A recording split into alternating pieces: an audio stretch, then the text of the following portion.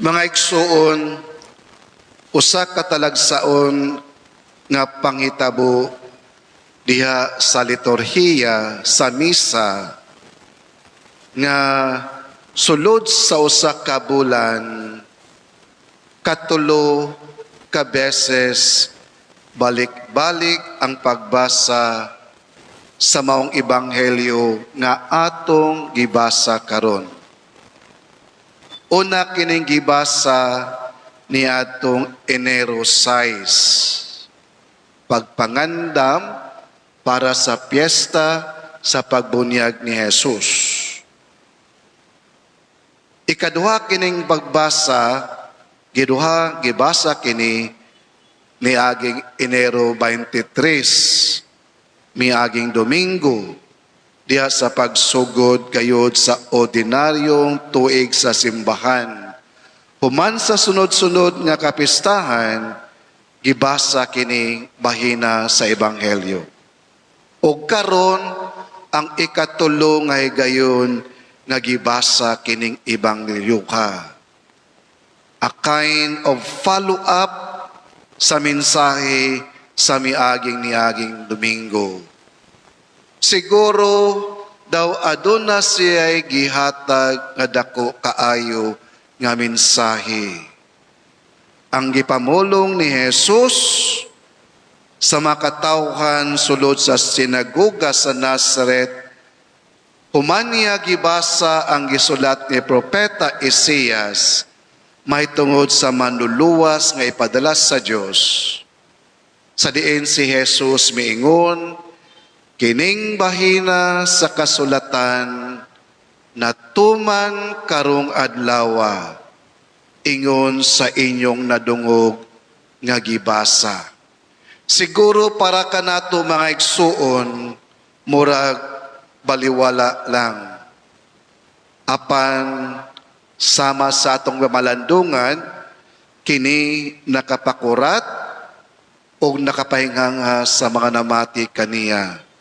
Kay ngano, kay sa unang higayon, sa kadugay na sa panahon nga ila kinadungog kining gisulat ni Propeta Isaias. For the first time, adunay walay nahadlok nga nangaha sa pag-ako nga siya ang gipasabot ni Propeta Isaias. Kalibuan na katuig ang nanglabay, o kanunay silang nakabati ni ining gisulat panagna ni Isaias. Karon pa sila nakadungog nga usa ka tawo miingon, kining bahina sa kasulatan natuman karong adlaw.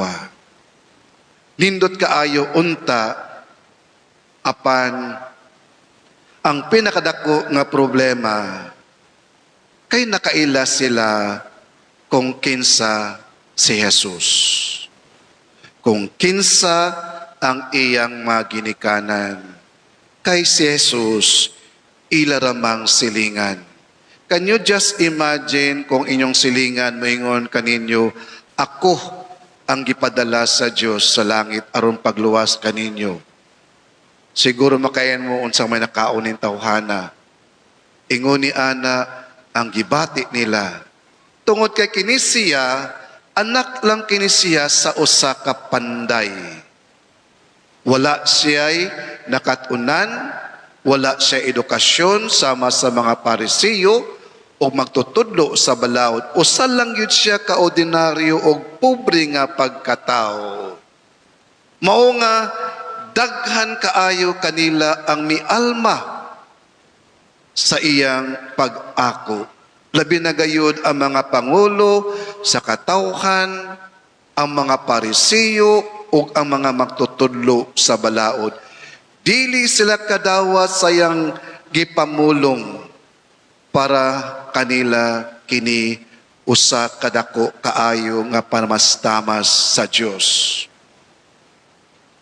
Mga igsuon, kini dili kahibulungan nga hitabo kang Jesus.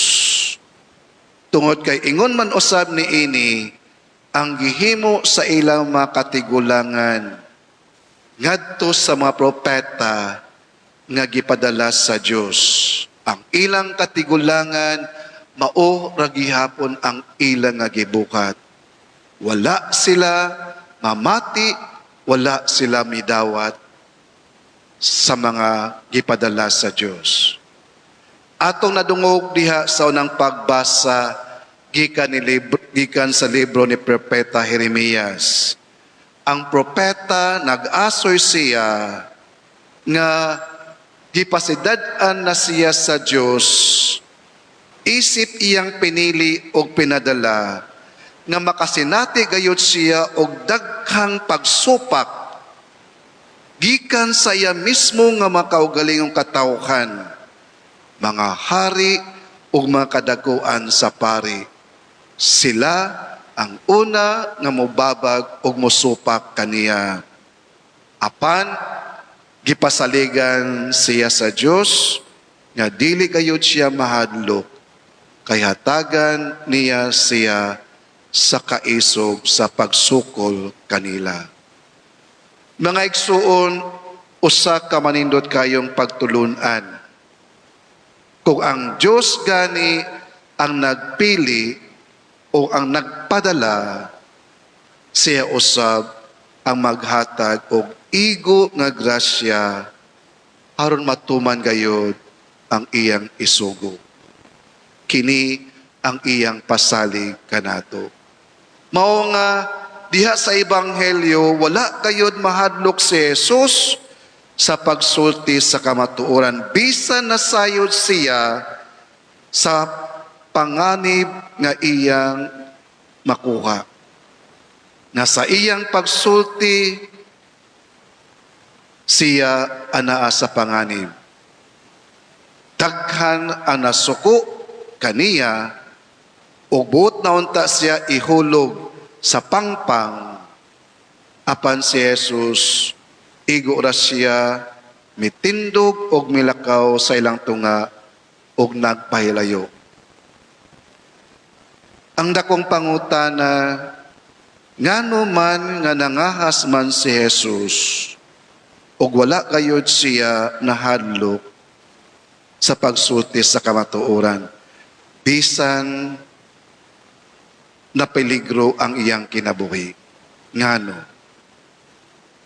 Mga igsuon, si San Pablo diha sa kadawang pagbasa, naghatag kanato sa hingpit nga tubag ni ining pangutana. Ang iyang nindot kaayong nga makahulugan na pakigpulong o katinaawan ang mahitungod sa gugma. Ang gitawag ang himno sa gugma. Mao kini ang hingpit nga tubag nga anong gibuhat kini ni Jesus bisan sa tunga sa panganib. Ang gugma sa Dios mo'y hinungdan sa tanan. Tungod kay ang gugma mapailubon.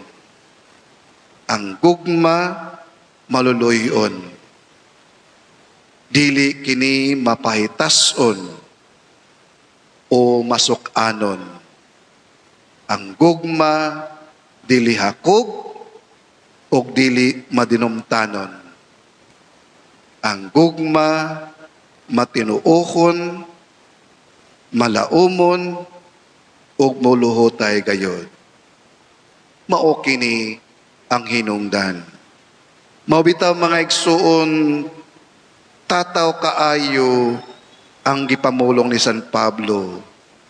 Miingon siya, kung ang tanan tang gibuhat o ang tanan tang giaguan diri sa kalibutan, kung walay gugma, kining tanan walay kapuslanan. Mga igsuon sa atong pagkabinunyagan, gitawag o gihagit kita sa pagsunod niya ng may gugmaong grasya sa Diyos. Sa adlaw sa atong bunyag, kitang tanan nakadawat sa gitawag o prophetic vocation. Nahimo kitang hari pari o propeta dihang gidihugan kita.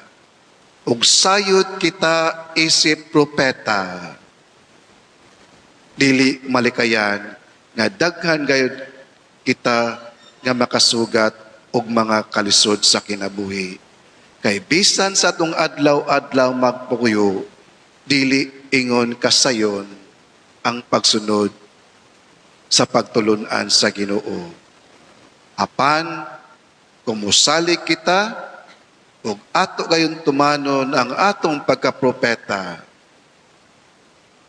isip pinadala sa Dios, iya kitang hatagan sa igo nga grasya aron matuman nato kini.